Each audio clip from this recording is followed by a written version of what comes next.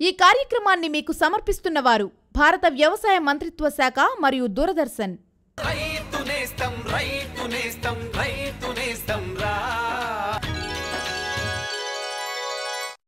నమస్కారం, నా పేరు సునీత. రైతు నేస్తం కార్యక్రమానికి స్వాగతం. ముందుగా వ్యవసాయ సమాచారం. నైరుతి రుతుపవనాలు అక్టోబర్ 17వ తేదీన రాష్ట్రం నుంచి నిష్క్రమించాయి. గడిచిన 3 రోజుల్లో రాష్ట్రంలో వాతావరణం ప్రధానంగా పొడిగా ఉంది. పగటి ఉష్ణోగ్రతలు 29 నుంచి 35 డిగ్రీల సెల్సియస్ మరియు రాత్రి ఉష్ణోగ్రతలు 16 నుంచి 22 డిగ్రీల సెల్సియస్గా నమోదయ్యాయి. హైదరాబాద్ వాతావరణ కేంద్రం వారు అందించిన సమాచారం ప్రకారం రాబోయే 5 రోజుల్లో రాష్ట్రంలో వాతావరణం ప్రధానంగా పొడిగా ఉండవచ్చు. పగటి ఉష్ణోగ్రతలు 30 నుంచి 35 డిగ్రీల సెల్సియస్ మధ్య, రాత్రి ఉష్ణోగ్రతలు 15 నుంచి 22 డిగ్రీల సెల్సియస్ మధ్య నమోదు కావచ్చు. వాతావరణ ఆధారమైన వ్యవసాయ సలహాలు. నల్లరేగడి నేలల్లో నిలువ ఉండే తేమను ఉపయోగించుకొని దక్షిణ తెలంగాణ జిల్లాల్లో శనగ మరియు కుసుమ పంటలు విత్తుకోవాలి. నీటి వసతి గల ప్రాంతాల్లో ఆరుతడి పంటలైన మొక్కజొన్న, జొన్న, వేరుశెనగ మరియు ప్రొద్దుతిరుగుడు పంటలను విత్తన శుద్ధి చేసుకొని విత్తుకోవాలి. వరిలో కంకినల్లి ఆశించి గింజ రంగు మారడాన్ని నివారించడానికి 1 మిల్లీలీటర్ స్పైరోమెసిఫేన్ మరియు 1 మిల్లీలీటర్ ప్రొపికొనజోల్ లీటరు నీటికి కలిపి పిచికారీ చేయాలి. వరిలో అగ్గి తెగులు నివారణకు 0.6 గ్రాముల ట్రైసైక్లోజోల్ లేదా 1.5 మిల్లీలీటర్ల ఐసోప్రోథయోలెన్ మందును లీటరు నీటిలో కలిపి పిచికారీ చేయాలి. వరిలో కాండం తొలుచు పురుగు మరియు ఆకుముడత పురుగు నివారణకు 2 గ్రాముల కార్టాప్ హైడ్రోక్లోరైడ్ లేదా 0.4 మిల్లీలీటర్ల క్లోరామ్ ట్రినిలిప్రోల్ మందును లీటరు నీటిలో కలిపి పిచికారీ చేయాలి. వరిలో సుడిదోమ నివారణకు 1.6 మిల్లీలీటర్ల బ్యూప్రోఫెజిన్ మందును లీటరు నీటికి కలిపి పిచికారీ చేయాలి. పత్తిలో ప్రస్తుత వాతావరణ పరిస్థితుల్లో ఆకుమచ్చ తెగులు నివారించడానికి 30 గ్రాముల కాపర్ ఆక్సీక్లోరైడ్ మరియు 2 గ్రాముల ప్లాంటామైసిన్ మందును 10 లీటర్ల నీటిలో కలిపి పిచికారీ చేయాలి. పత్తిలో బూడిద తెగులు నివారించడానికి 3 గ్రాములు నీటిలో కరిగే గంధకం లేదా 1 మిల్లీలీటర్ కెరథేన్ మందును లీటరు నీటికి కలిపి పిచికారీ చేయాలి. పత్తిలో రసం పీల్చే పురుగు నివారించడానికి 0.2 గ్రాముల ఎసిటామిప్రిడ్ లేదా 0.2 గ్రాముల థయోమిథాక్సామ్ లేదా 1.5 గ్రాముల ఎసిఫేట్ మందును లీటరు నీటికి కలిపి పిచికారీ చేయాలి. కందిలో ఆకుచుట్టు పురుగు నివారించడానికి 1.6 మిల్లీలీటర్ల మోనోక్రోటోఫాస్ లేదా 2 మిల్లీలీటర్ల ఫినాల్ఫాస్ మందును లీటరు నీటిలో కలిపి పిచికారీ చేయాలి. కందిలో మారుకా మచ్చల పురుగు నివారించడానికి 2.5 మిల్లీలీటర్ల క్లోరిఫైరిఫాస్ లేదా 0.75 మిల్లీలీటర్ల నోవాల్యురాన్తో పాటు 1 మిల్లీలీటర్ డైక్లోరోవాస్ మందును లీటరు నీటికి కలిపి పిచికారీ చేయాలి. కందిలో శనగపచ్చ పురుగు నివారించడానికి శనగపచ్చ పురుగు లార్వాలను తినడానికి అనుగుణంగా ఎకరాకు 10 నుంచి 15 పక్షి స్థావరాలు ఏర్పరచాలి. శనగపచ్చ పురుగుల ఉనికిని గమనించడానికి ఎకరాకు 4 లింగాకర్షక బుట్టలు అమర్చాలి. పురుగు గుడ్లు తొలిదశ లార్వాల నివారణకు 5% వేపగింజల కషాయాన్ని పిచికారీ చేయాలి. ఆముదంలో దాసరి పురుగు నివారణకు పొలంలో ఎకరాకు 10 పక్షి స్థావరాలు అమర్చాలి. దీని నివారణకు 1.5 గ్రాముల ఎసిఫేట్ లేదా 1 మిల్లీలీటర్ నోవాల్యురాన్ లేదా 1.5 గ్రాముల థయోడికాప్ మందును లీటరు నీటికి కలిపి పిచికారీ చేయాలి. కూరగాయల్లో వంగలో కొమ్మ మరియు కాండం తొలుచు పురుగు నివారణకు పురుగు సోకిన కొమ్మలను త్రుంచి నాశనం చేయాలి.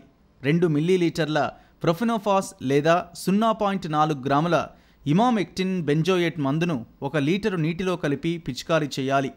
పశుపోషణలో ప్రస్తుత వాతావరణ పరిస్థితుల్లో కోళ్లలో కొక్కెర తెగులు, గొర్రెలలో చిటుకు మసూచి వ్యాధి, ఆవులు మరియు గేదెలలో గొంతువాపు వ్యాధి, ఆవులు మరియు ఆంబోతులలో జబ్బవాపు వ్యాధి సోకడానికి అనుకూలం. వీటి నివారణకు టీకాలు వేయించాలి. ఈ శుక్రవారం అక్టోబర్ 21వ తేదీ సాయంత్రం 5:30 రైతు నేస్తం ఫోన్ ఇన్ లైవ్ ప్రోగ్రాంలో రబీకి అనువైన నూనె గింజల సాగు యాజమాన్యం ఈ అంశంపై డాక్టర్ ఎంవి నగేష్ కుమార్ ప్రధాన శాస్త్రవేత్త రైతులడిగే ప్రశ్నలకు నేరుగా సమాధానాలిస్తారు. పాడి పంటలతో కళకళ్లాడే పల్లెసీమలను సస్యశ్యామలం చేయాలనే ముఖ్యోద్దేశంతో సమకాలిక అంశాలపై సమగ్ర సమాచారంతో పాటు శాస్త్రవేత్తల సలహాలు సూచనలను రాష్ట్ర రైతాంగానికి చేరవేస్తున్న సమగ్ర వ్యవసాయ కార్యక్రమం రైతు నేస్తం. ఈనాటి కార్యక్రమంలోని ముఖ్యాంశాలు: ఆరుతడి పంటల సాగు వివరాలు, గొర్రెలు మేకల మేపులో మెళకువలు, కేజ్ కల్చర్ పద్ధతిలో చేపల పెంపకం, అధిక దిగుబడినిచ్చు శనగ రకాలు మొదలైన అంశాలుంటాయి. పంటల సాగుకు ముఖ్యమైన వనరు నీరు. ఉన్న నీటిని ఆదా చేస్తూ అధిక విస్తీర్ణంలో తక్కువ నీటితో ఆరుతడి పంటలకు సాగు చేయాల్సిన అవసరం ఎంతైనా ఉంది. ఈ నేపథ్యంలో ఆరుతడి పంటల సాగు వివరాల గురించి ఇప్పుడు మనం తెలుసుకుందాం.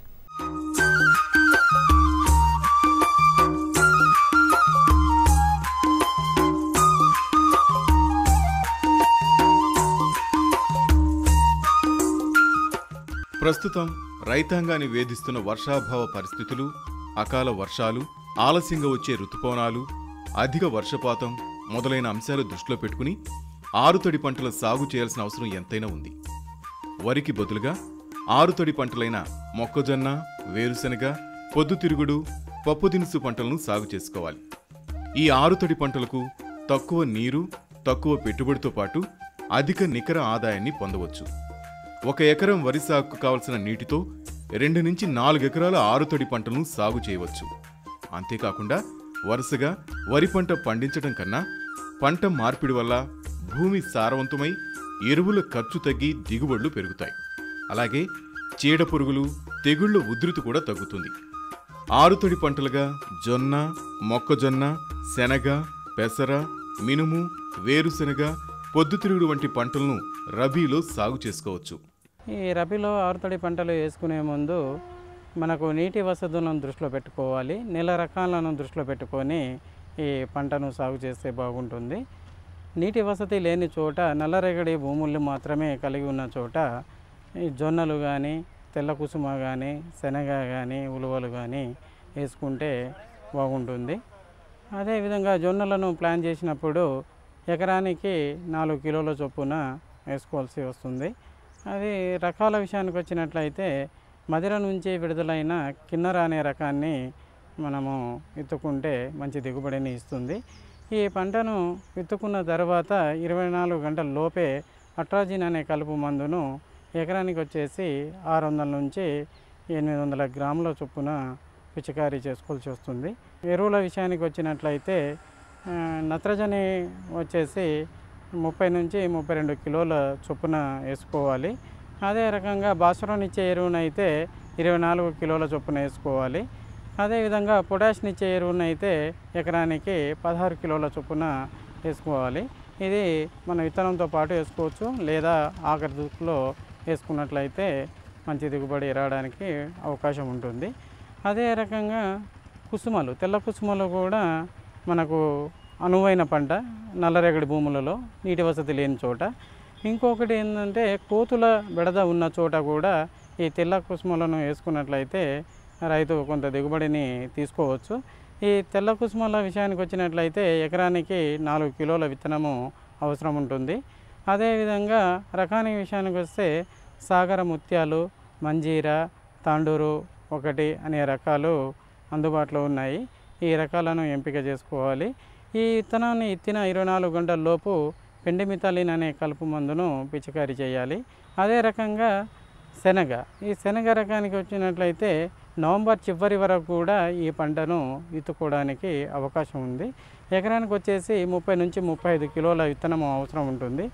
ఈ రకాల విషయానికి వచ్చినట్లయితే జేజీ 11, జేజీ 130, జాకీ 9218 అనే రకాలతో పాటు నంద్యాల 3 అనే రకం కూడా ఈ రబీకి అనువైనది. ఈ పంటను విత్తుకున్న 24 గంటల లోపే కలుపు మొలవకుండా ఉండడానికి పెండిమిథాలిన్ అనే కలుపు మందును పిచికారీ చేయాల్సి ఉంటుంది. అదేవిధంగా ఎరువుల విషయానికి వచ్చినప్పుడు ఈ శనగ పంటకు సల్ఫర్ అనేది కంపల్సరీ అవసరం ఉంటుంది. ఈ సల్ఫర్ ఎకరానికి వచ్చేసి 16 కిలోల చొప్పున సల్ఫర్ ఇచ్చే ఎరువును వేసుకోవాలి. అదేవిధంగా నత్రజని చూసుకున్నట్లయితే ఎకరానికి 20 కిలోలు, భాస్వరము ఎకరానికి వచ్చేసి 24 కిలోల చొప్పున వేసుకోవాలి. అదే 60 నుంచి 65 రోజుల్లో మనకు పంట తీసుకోవాలి అని రైతాంగం ఆలోచించినప్పుడు ఈ పెసర మినుము లాంటి పంటలను వేసుకోవచ్చు. ఈ పెసర పంటను అక్టోబర్ చివరి వారం వరకు విత్తుకోవడానికి అవకాశం ఉంది. ఎకరానికి వచ్చేసి 6 కిలోల విత్తనం అవసరం ఉంటుంది. అదేవిధంగా రకాలను దృష్టిలో పెట్టుకున్నట్లయితే ఈ వరంగల్ పరిశోధనా స్థానం నుంచి విడుదలైన వరంగల్ 42 అనే రకము ఏకశిల అనే పేరుతో లభ్యమవుతుంది. అదేవిధంగా మదిర నుంచి విడుదలైన మదిర 351, మదిర 295 అనే రకాలు కూడా ఈ రబీకి అనువైనవి. అదేవిధంగా ఒక 4 నుంచి 5 తడులు ఇవ్వగలిగిన చోట మొక్కజొన్న అనే పంటను కూడా వేసుకోవచ్చు. నవంబర్ 15 వరకు ఈ పంటను వేసుకోవడానికి అవకాశం ఉంది. ఈ మొక్కజొన్న పంటను వేసుకునేటప్పుడు ఈ పంట కాలాన్ని దృష్టిలో పెట్టుకొని వేసుకోవాలి. DHM అనే రకము 113 లేదా ప్రైవేట్ రకము 900M గోల్డ్ అనే రకాలను ఎంపిక చేసుకోవాలి. అదే మధ్యకాలిక రకాలు 90 నుంచి 100 రోజుల్లో వచ్చే రకాలు ఉన్నాయి. అట్లాంటప్పుడు DHM 111, 117 అనే రకాలను ఎంపిక చేసుకోవాలి. అదే స్వల్పకాలిక రకాలంటే 90 రోజుల లోపే వస్తుంది. అట్లాంటప్పుడు స్వల్పకాలిక రకాలలో మొక్కజొన్న DHM 115 అనే రకము, దాంతోపాటుగా కొన్ని ప్రైవేట్ రకాలు ఉన్నాయి, అవి ఎంపిక చేసుకోవాలి. వేరుశనగ ఎకరానికి వచ్చేసి 70 కిలోల దాకా ఈ గింజలు అవసరం ఉంటుంది. ఇక రకాల విషయానికి వస్తే ధరణి, గ్రీష్మ, కదిరి 6, 9 అనే రకాలు, దాంతోపాటు జగిత్యాల నుంచి విడుదలైన జగిత్యాల 88 అనే రకం కూడా అందుబాటులో ఉన్నది. ఎరువుల విషయంలో కొద్దిగా జాగ్రత్త పడాలి. వేరుశనగలో యూరియాను 2 దఫాలుగా వేయాలి. ఫస్ట్ విత్తనంతో పాటు 20 కిలోల యూరియాని వేయాలి. విత్తిన తర్వాత 30 నుంచి 35 రోజులప్పుడు రెండో దఫాగా 20 కిలోల యూరియాను వేసుకోవాల్సి వస్తుంది.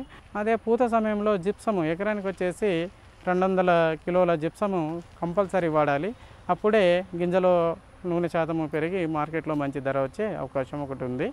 ఈ వేరుశనగ పంటలో కూడా కలుపు మొలవకుండా ఉండడానికి పెండిమిథాలిన్ అనే కలుపు మందును పిచికారీ చేయవచ్చు. లీటర్ నీటికి 5 నుంచి 6 మిల్లీలీటర్ చొప్పున పిచికారీ చేసుకోవాలి. ఈ విధంగా ఆరుతడి పంటలన్నీ 4 నెలల్లోనే కోతకొస్తాయి. చీడపీడల బెడద తక్కువగా ఉంటుంది. ఎక్కువగా నీరు కూడా అవసరం ఉండకపోవడంతో నీటిని ఆదా చేసుకోవచ్చు. తద్వారా రైతులు ఆశించిన నాణ్యమైన అధిక దిగుబడులను పొందవచ్చు. రైతు నేస్తం కార్యక్రమంలో చిన్న విరామం. ఇదిగో ఇంకా చెప్పు. అంతే. అరే అదేమిటయ్యా, ఇంత కొంచెం రసాయనిక ఎరువా? పొలం పనులు మానేసావేంటి? పొలం పనులు కాదు, అమాయకత్వాన్ని వదిలేశాను. మట్టి పరీక్షలు జరిపించాను. ఏం లేదు, ఇప్పుడు ఎంత అవసరమో అంతే ఎరువుని పొలంలో జల్లుతాం.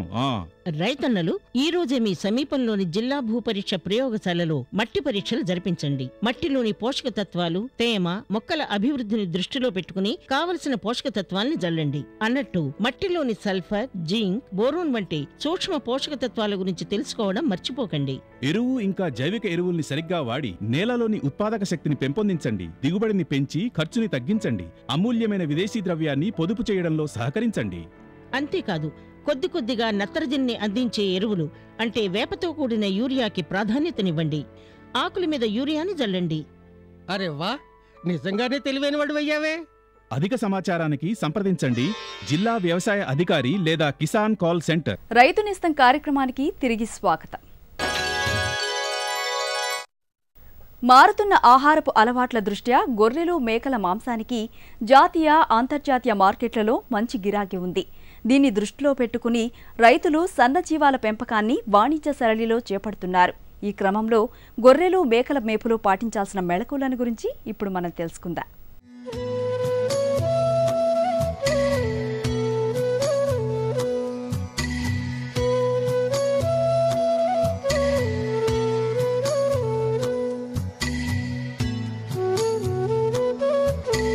గొర్రెలు, మేకల నుండి అధిక లాభాలు పొందాలంటే రైతులు ఆయా ప్రాంతాలకు అనువైన జాతులను ఎంపిక చేసుకోవాలి.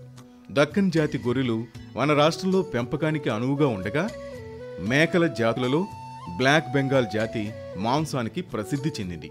గొర్రెల, మేకల పెంపకం లోపల అతి ముఖ్యమైనది ఈ పోషణ, అంటే వాటికి పెట్టేటువంటి ఆహారము.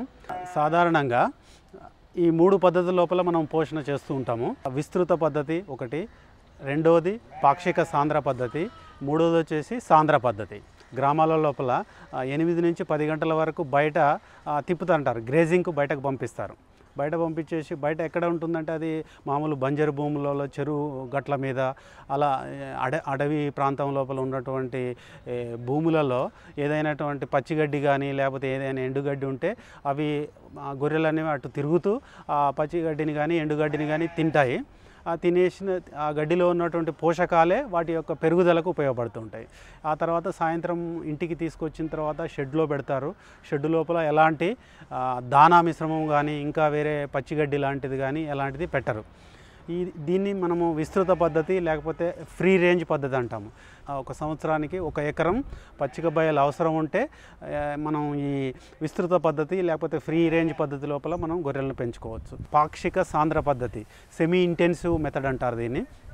దీని లోపల ఏం చేస్తామంటే మనం గొర్రెల్ని ఉదయం నుంచి సాయంత్రం వరకు మేపుతాం. బయట గ్రేజింగ్ ఎక్కడన్నా మనకు పచ్చిక బయలు కానీ గడ్డి ఉన్న ప్రాంతాలు ఉంటే మనం అక్కడ వాటిని మేపుకొని ఇంటికి తీసుకువచ్చిన తర్వాత షెడ్లో కట్టేసి షెడ్లో పెట్టిన తర్వాత మనం కొంత దానా ఇస్తూ ఉంటాం. ప్రతి గొర్రెకు 200 నుంచి 300 గ్రాముల వరకు దానా మిశ్రమం అనేది మనం పెట్టినట్లయితే దాని లోపల పెరుగుదల అనేది ఎక్కువ వస్తుంది. బయట తిరుగుతుంది, లోపలికి వచ్చిన తర్వాత మనం దానా పెడుతూ ఉంటాం.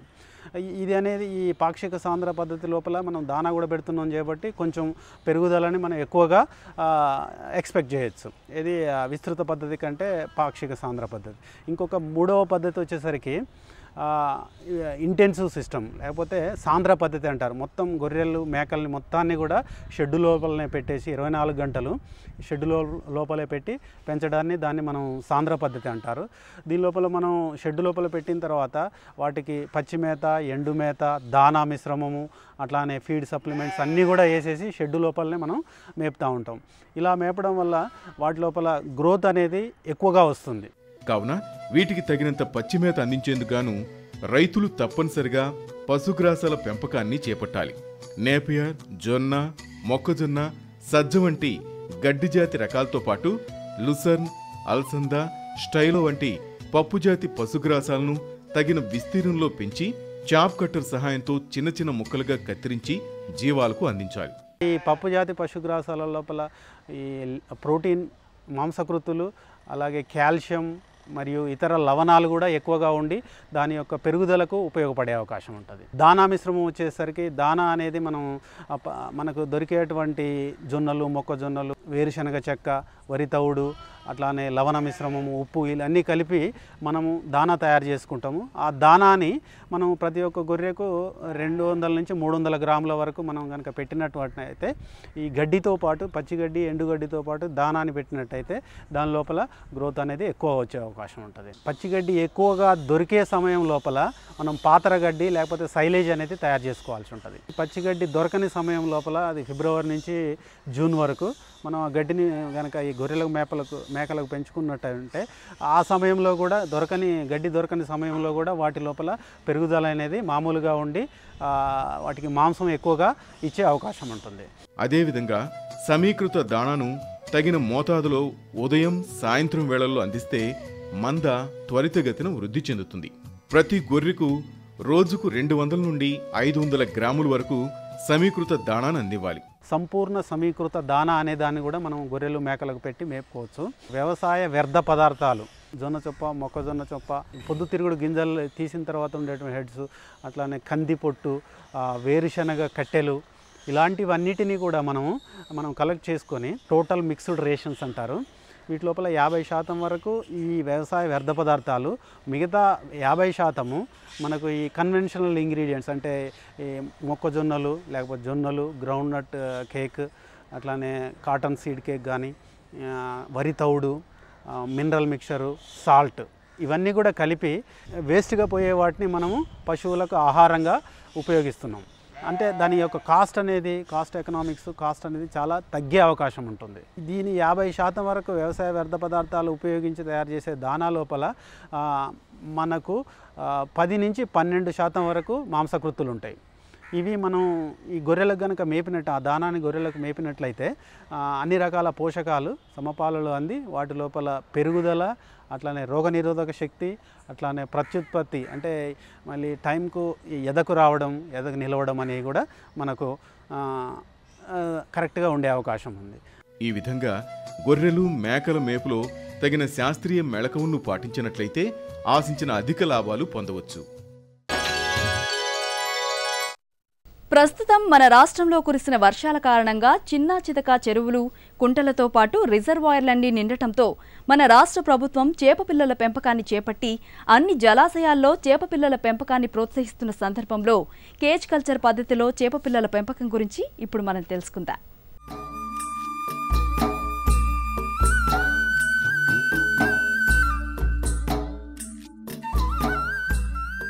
చేపల పెంపకం చేపట్టే మత్స్యకారులు ఆశించిన అధిక లాభాలు పొందాలంటే కేజ్ కల్చర్ పద్ధతిని అవలంబించాల్సిన అవసరం ఎంతైనా ఉంది. కేజ్ కల్చర్ ద్వారా చేపల పెంపకం అనేది థాయిలాండ్, వియత్నాం వంటి దేశాల్లో బాగా ప్రాచుర్యం పొందిన యాజమాన్య నూతన సాంకేతిక పద్ధతి.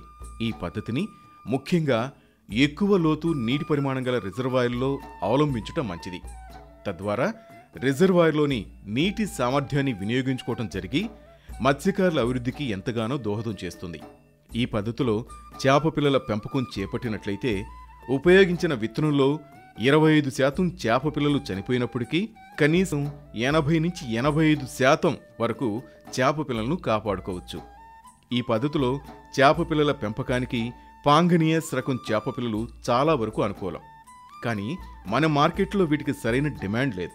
కేజ్ కల్చర్ విధానంలో చేప పిల్లల పోషణకు పెల్లెటెడ్ సీడ్ మేతను అందించడం వల్ల మేత సరిగ్గా వినియోగించబడి నష్టాన్ని తగ్గించడంతో పాటుగా నీటి కాలుష్యం కూడా ఉండదు. అలాగే ఈ పద్ధతి వల్ల చేపల ఆరోగ్య పరిస్థితిని ఎప్పటికప్పుడు సులువుగా పర్యవేక్షించవచ్చు. కేజ్ కల్చర్ పద్ధతిలో చేప పిల్లల పెంపకం అనేది మన దేశంలోని జార్ఖండ్ రాష్ట్రంలో బాగా ప్రాచుర్యంలో ఉండగా మన రాష్ట్ర ప్రభుత్వం ఓ కమిటీని ఏర్పరిచి ఈ పద్ధతిపై అవగాహన కోసం జార్ఖండ్కు పంపడం జరిగింది. ఆ తర్వాత మన రాష్ట్రంలో LMD, కడెం వంటి రిజర్వాయర్లో డిమాన్స్ట్రేట్ చేస్తున్నారు.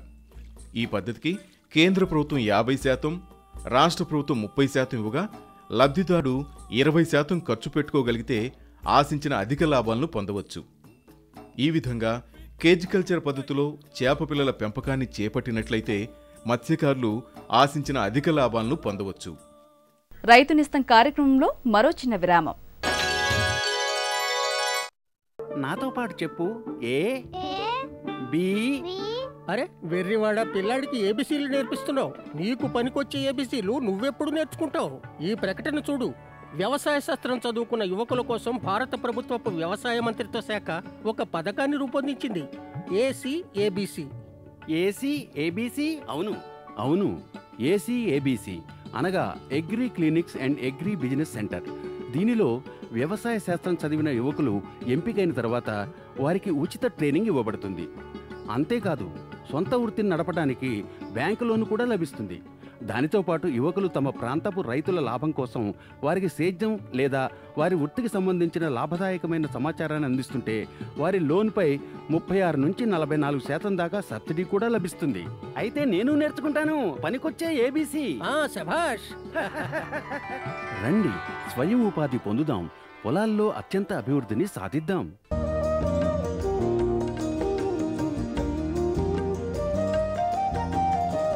అరే రాఘవ్, విత్తనాలు కొన్నావు, కీటనాశకాలు కొన్నావు, ఇంకా ఎరువు కొన్నావు. వీటన్నిటికీ డబ్బు ఎక్కడి నుంచి వచ్చింది?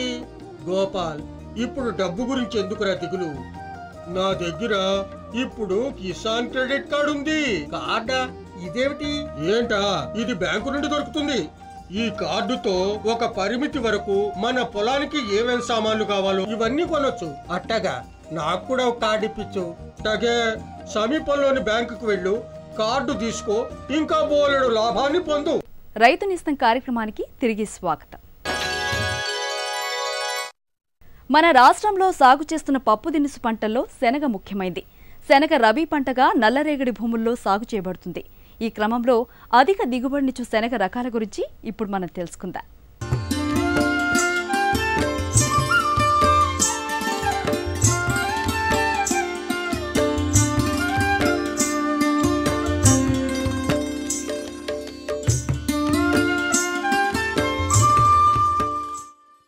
శనగ పంటను సాగు చేయ రైతులు ఆశించిన మేర అధిక దిగుబడులు పొందాలంటే అక్టోబర్, నవంబర్ నెలలో విత్తుకోవాల్సిన అవసరం ఎంతైనా ఉండగా మంచి రకాలను ఎంపిక చేసుకుని విత్తన శుద్ధి చేసిన పిమ్మట పొలంలో విత్తుకోవాలి.